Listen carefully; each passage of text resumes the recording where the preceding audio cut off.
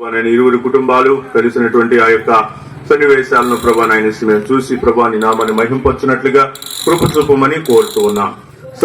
ఆనంద సంతోష భరితం మధురం.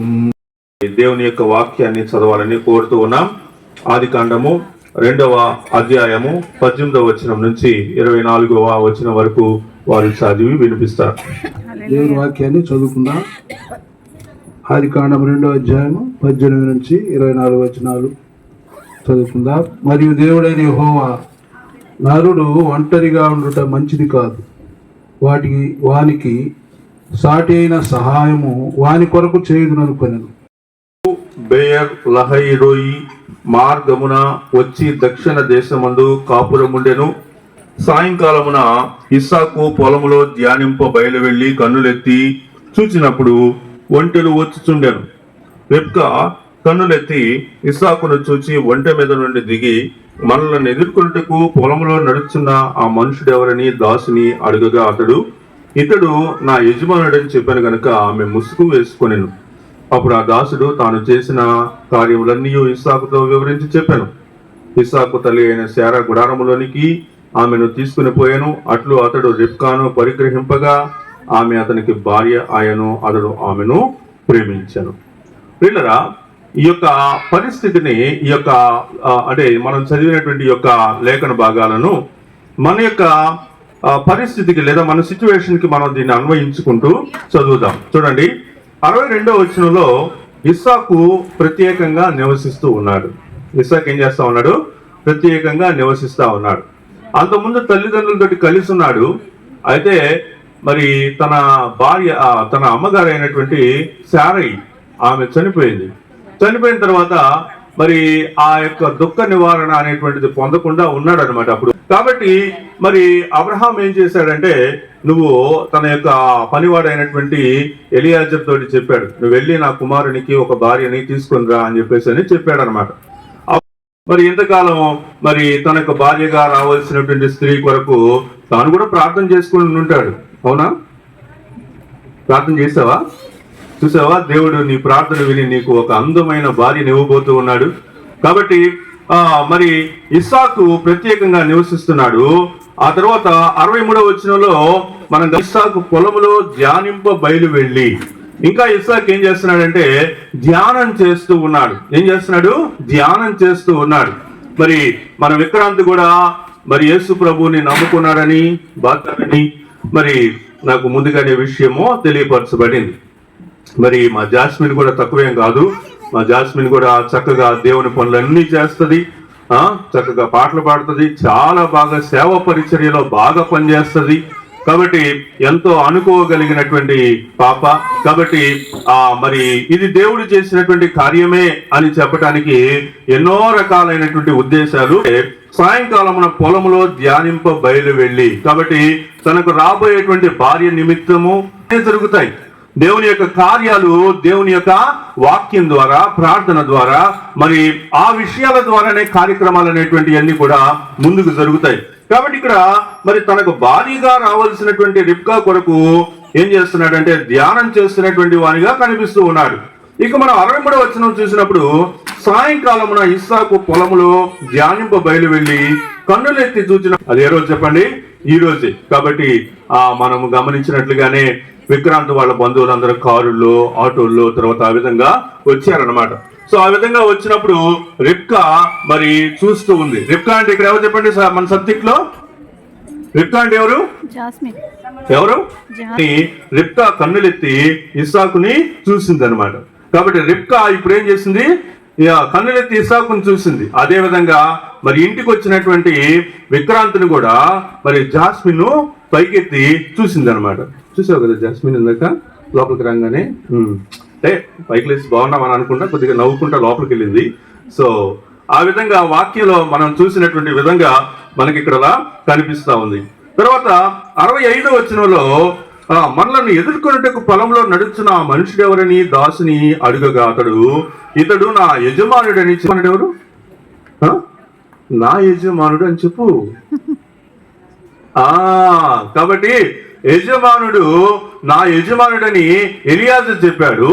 అయితే యజమానుడు అని తెలియంగానే రిబ్కా ఏం చేసిందంటే వాళ్ళ యొక్క మరి సంస్కృతి సాంప్రదాయాల ప్రకారము ఆమె ఏం చేసిందండి, ముసుగు వేసుకొనెను. ఇతడు నా యజమానుడు అని చెప్పగానే ఆమె ముసుగు వేసుకొనెను. కాబట్టి ప్రియులరా, ఇక్కడ ముసుగు వేసుకునుట అనేటువంటి విషయాలు మనకి ఏం తెలియజేస్తూ ఉన్నాయంటే, గుణవతి అయినటువంటి భార్య యజమానునికి లోబడి ఉంటుంది.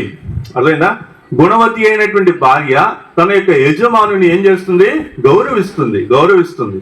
కాబట్టి అలా గౌరవానికి సూచనగా నేను నా భర్తను గౌరవిస్తున్నాను అనేటువంటి దానికి సూచనగా మరి ముసుగు వేసుకున్నటువంటి క్రమాన్ని మనము చూస్తూ ఉన్నాం. తర్వాత మరి అట్లు ఇస్సాకు రిబ్కాను పరిగ్రహించుట అంటే వివాహం చేసుకోగా ఈ కార్యక్రమం ఉంటది. మొదట నిశ్చితార్థ కార్యక్రమం ఉంది. నిశ్చితార్థ కార్యక్రమం అయిన తర్వాత వివాహం అనేటువంటిది జరిగింది. వివాహం జరిగిన తర్వాత అప్పుడు అతడు ఆమెను ఏం చేశాడండి, ప్రేమించి వివాహం జరిగిన మీదట నుంచి మరి ఇప్పుడే వాళ్ళ యొక్క మనసు ఉంది. నేను ఈ విషయాలని చెప్పిన తర్వాత అధ్యాయము 7వ వచనాన్ని మనం గమనిస్తే అక్కడ ఒక మాట ఉంటది. 24వ అధ్యాయము 7వ వచనాన్ని మనం చూసినప్పుడు, అప్పుడు అబ్రహాము లేచి తన దేశంలాడి నా సంతానమునకు ఈ దేశమును ఇచ్చేదని ప్రమాణం చేసి నాతో చెప్పిన పరలోకపు దేవుడికి యెహోవా తన దూతను నీకు ముందుగా పంపును. కాబట్టి పరలోకపు దేవుడకు యెహోవా తన దూతను నీకు ముందుగా పంపుతాడు. దేవుని యొక్క దూత ముందుగా పంపబడటంలో ఏం తెలుస్తుంది అంటే అది దేవుని ప్రణాళిక అని తెలుస్తుంది. అర్థమవుతుందా? ఈ రోజు ఈ విధంగా మరి యొక్క నిశ్చితార్థ కార్యక్రమంలో మనం చేరి వచ్చి ఉన్నామంటే ఇదేంటి, ఇది దేవుని యొక్క ప్రణాళిక. ఆ కుటుంబము ఈ కుటుంబము చేరి రావటం, ఆ కుటుంబం ఈ కుటుంబం కూడా కలిసి మరి వారు ఒక కుటుంబంగా ఏర్పరచబడటం అనేటువంటిది అది దేవుని యొక్క ప్రణాళికలో భాగమని తెలుసుకుంటూ ఉన్నాం. ఇక మనం 21వ వచనంకి వచ్చినప్పుడు, తన ప్రయాణాన్ని యెహోవా సఫలము చేసనో లేదో తెలుసుకున్నట్టుకు అతడు ఊరకుండెను అనే మాట చూస్తా ఉన్నాం. కాబట్టి ఇది దేవుని చిత్తమా కాదా అనేటువంటి విషయం అనేటువంటిది దేని ద్వారా తెలుస్తుందంటే మనం వెయిట్ చేసి చూడటంలో తెలుస్తుంది. అర్థమవుతుందండి? దేవుడు ఏర్పాటు చేసినటువంటి వివాహాలు ఎప్పుడు కూడా ఎలా జరుగుతాయంటే, ఆయన ఏర్పాటు చేసినటువంటి వివాహాలన్నీ కూడా 27వ వచనాన్ని మనం చూసినప్పుడు, నా యజమానుని దేవుడైన యెహోవా స్తుతింపబడును గాక, ఆయన నా యజమానునికి తన కృపను తన సత్యమును చూపటం మానలేదు. నేను త్రోవలో ఉండగానే యెహోవా నా యజమానుని బంధువుని ఇంటికి నన్ను నడిపించాను. కాబట్టి దేవుడు మొదట చూడండి, ఈ క్రమాన్ని, ఈ యొక్క వివాహం జరగాల్సినటువంటి క్రమంలో ఆయన ప్రణాళిక కనిపిస్తుంది, ఆయన చిత్తం కనిపిస్తుంది. ఆయన త్రోవ చూపాడు. ఆయన ఏం చూపాడండి? త్రోవ చూపాడు. ఇదిగో ఈ దారి, ఈ కుటుంబం, యెహోవా ప్రయాణమును సఫలము చేశాను అంటున్నాడు. కాబట్టి ఆయన సాఫల్యత మనకి ఇక్కడ కనిపిస్తా ఉంది. తర్వాత చివరిగా మనం చూసినప్పుడు వారు రిబ్కాతో 60వ వచనంలో ఏమన్నారంటే, నీవు వేలకు తల్లి ఒగుదువు గాక నేను. కాబట్టి దేవుడు వివాహం చేస్తే అది దీవెనతో కూడినటువంటిదిగా ఉంటుంది. కాబట్టి ఇది ఏం చెప్తున్నాం మనం 50వ వచనంలో ఏముందంటే, ఇది యెహోవా వలన కలిగిన కార్యము, ఇది యెహోవా వలననే కలిగింది కార్యం. కాబట్టి దేవుని యొక్క ఆధీనంలో మనం నడుచుకున్నంత వరకు దేవుని యొక్క కార్యాలు మనకు స్పష్టంగా కనిపిస్తాయి. మంచిది, ఈ సమయంలో మనము మరి వివాహ నిశ్చితార్థ కార్యక్రమంలోనికి మనం వెళ్దాం. వరుడు పుల్ల విక్రాంత్, తల్లిదండ్రులు పుల్ల రాఘవ, ఆదిలక్ష్మి గారు. మరి ఇప్పుడు ఈ యొక్క నిశ్చితార్థ కార్యక్రమాన్ని మనం ప్రారంభించుకునే క్రమంలో ఇరువురు తల్లిదండ్రులు, బంధువులు మరి వాళ్ళకి చేతులు పట్టించడానికి లేకపోతే వాళ్ళ యొక్క కానుకలు ఇవ్వడానికి విచ్చేసినటువంటి మీ అందరికీ మరొకసారి వందనాలు తెలియజేస్తా ఉన్నాను. ఈ రోజు దేవుని చిత్తానుసారంగా ఇరు కుటుంబాల సమ్మతితోటి జాస్మిన్ విక్రాంత్ నిశ్చితార్థ కార్యక్రమము దేవుని సన్నిధిలో నిర్వహించబడినట్లుగా ఈ కార్యక్రమం జరుగుతుందని మీకు తెలియజేస్తా ఉన్నాను.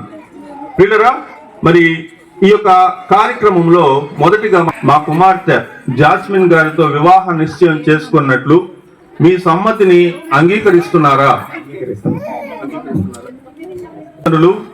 లేదా మరి వివాహ నిశ్చయం చేయడానికి మీరు అంగీకరిస్తున్నారా? జాస్మిన్ గారికి మామయ్య అవుతారు. వారిని అడుగుతా ఉన్నాను, మీ కుమార్తె జాస్మిన్ గారిని మరి రాఘవ ఆదిలక్ష్మి గారుల యొక్క కుమారుడైనటువంటి విక్రాంత్ గారితోటి వివాహ నిశ్చయం చేయడానికి మీరు సమ్మతిస్తున్నారా? సమ్మతిస్తుంది. ఓకే, మంచిది, కూర్చోండి. కానీ మరి మీరు తీసుకొచ్చినటువంటి కానుక, మీరు తీసుకొచ్చిన జాస్మిన్కి మంచిది. ఈ సమయంలో వరుని యొక్క కుటుంబ సభ్యులు లేదా వారి యొక్క తల్లిదండ్రులు మరి వధువుని ప్రేమించి వధువు కొరకు తీసుకొచ్చినటువంటి కానుకలను సమర్పిస్తూ ఉన్నారు. తీసుకోండి.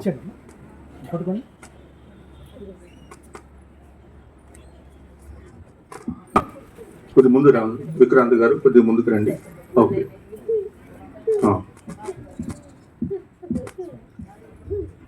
మరి వరుడు వధువు మీరు ఇక్కడికి చేస్తారు.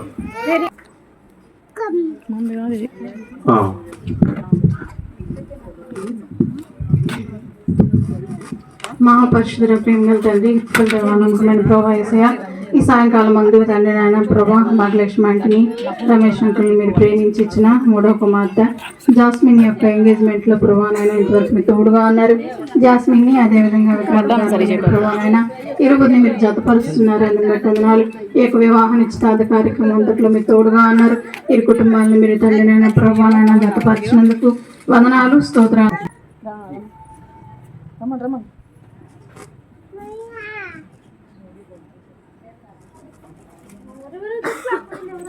డబ్బులు కొడదాం.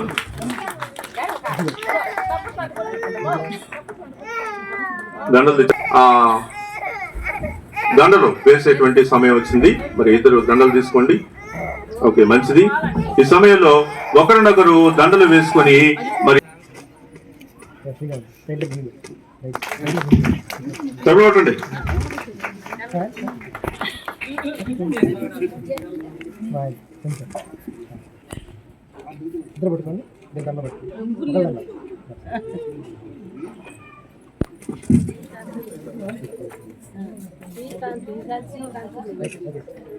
ఓకే, మంచిది. ఇప్పుడు ఒకేసారి ఒక ఫోటో దిగటానికి తల్లిదండ్రులు వస్తే బాగుంటుంది అని కోరుతా ఉన్నాను. మీరు రండి, మీరు కూడా రండి.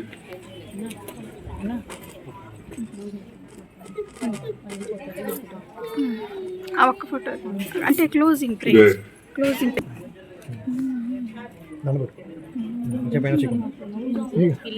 సంబంధితోటి విక్రాంత్ మరియు జాస్మిన్ గారులకు నిశ్చితార్థం జరిగినదని సంతోషంగా మీకు ప్రకటన చేస్తూ ఉన్నా. విక్రాంత్ జాస్మిన్ కొరకు బాబాయ్ ప్రార్థన చేస్తారు.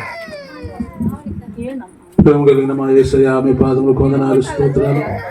ఈ సాయంకాలం వేళ ప్రభా మేమందరము నీవు ఏర్పాటు చేసినటువంటి నీకు కన్నులు నీ బిడ్డల పట్టి మీరు ఆశీర్వదిస్తుంటే మేము స్తుతిస్తూ మా ప్రియ ప్రభువును మా రక్షకును త్వరలో తిరిగి రానున్నటువంటి నాయన యేసయ్య ప్రభా, ఈ యొక్క వివాహ నిశ్చయ కార్యక్రమంలో ప్రభా నాయన యేసయ్య నిశ్చితార్థ కార్యక్రమంలో నిదాసుడు విక్రాంత్ నాయన యేసయ్య ప్రభా, నిదాసురాలు నాయన జాస్మిన్ ప్రభా మీరు దీవించి వారిని వివాహం కొరకు ప్రభా నాయన యేసయ్య తోడుగా ఉండి మీరు నడిపించినందుకే వందనాలు. పాటల పాడిని నామాన్ని మహిమపరచడానికి వాక్య ధ్యానం చేయుటకు నాయన యేసయ్య ప్రభా ఇరు కుటుంబాల మధ్యలో ప్రభా నాయన ఈ యొక్క కార్యక్రమాన్ని నిర్వహించడానికి మీరు చూపిన కృపకై వందనాలు. ఇదిగో తండ్రి నాయన యేసయ్య, మరి వారు తీసుకొచ్చినటువంటి కానుకలను వాళ్ళు ఎక్స్చేంజ్ చేసుకొని నాయన మీ కుమార్తె మాకు, మా కుమారుడు మీకు అనేటువంటి నాయన యేసయ్య ప్రభా యొక్క అన్యోన్య విధానమును ప్రభా నాయన మీరు ఇచ్చినందుకే వందనాలు, స్తుతులు, స్తోత్రాలు చెల్లిస్తూ ఉన్నాం. వివాహం జరిగే వరకు కూడా ప్రభానైనా వారి ఇరువురిని ప్రభానైనా మీరు ప్రభా ప్రేమించి స్థిరపరిచి బలపరిచి ప్రభానైనా ఇదిగో తండ్రి నాయన నీ కొరకు బలమైనటువంటి సాధనాలుగా మారినట్లుగా కృప చూపమని కోరుతూ ఉన్నాం తండ్రి. యేసయ్య కూడి వచ్చిన మీరు దీవించి ఈ కుటుంబాలను ఐక్యపరిచినందుకై వందనాలు, స్తుతులు, స్తోత్రాలు చెల్లిస్తూ యేసు నామం పేరిట ప్రార్థిస్తున్నాను తండ్రి, ఆమేన్. మన తండ్రి అయిన దేవుని యొక్క ప్రేమయు ఆయన కుమారుడైన యేసుక్రీస్తు వారి కృపయు పరిశుద్ధాత్మ దేవుని యొక్క అన్యోన్య సహవాసము నేడు ఈ నిశ్చితార్థ కార్యక్రమకు విచ్చేసినటువంటి బంధువులు ప్రభానైనా మరి ఇప్పుడు ఎల్లప్పుడూ తోడయండి వివాహ దినం వరకు వాళ్ళని నడిపించి కాచి కాపాడును గాక. నిశ్చితార్థానికి వచ్చిన మీ అందరికీ వందనాలు. మీ అందరికీ భోజనాలు సిద్ధం చేసి ఉంచాము, అందరూ తినాలని కోరుకుంటున్నాం. Thank you. కలిసి ప్రభానైనా వివాహ దినం వరకు కూడా ప్రభానైనా తండ్రి నాయన యేసయ్య ఒకరికొకరు ప్రభానైనా గౌరవించుకుంటూ ప్రభానైనా జీవించడానికి కృప చూపండి. వాక్యం చదువుకుంటూ ప్రార్థన చేసుకుంటూ ఒకరికొకరు వివాహం కొరకు సిద్ధపడటానికి కృప చూపమని కోరుకున్నాం. ఈ రోజు ఈ యొక్క నిశ్చితార్థ కార్యక్రమం అంతటా కూడా గొప్ప కృప చూపి కార్యక్రమాన్ని తీర్చమని కోరుకున్నాను. అయా యేసయ్య ప్రభా బిడ్డల మీద 5 లక్షలు పంపిస్తున్నాం తండ్రి. మీరే ప్రభానైనా మరింకోవడం కోరుతున్నాం. గొప్ప ఆశీర్వాదం కుటుంబంలో ప్రభానైనా మరి జాస్మిన్ జీవితంలో ప్రభావ విక్రాంత్ జీవితంలో దయచేయమని కోరుతున్నాం. యేసు నామం పేరిట ప్రార్థిస్తున్నాను తండ్రి.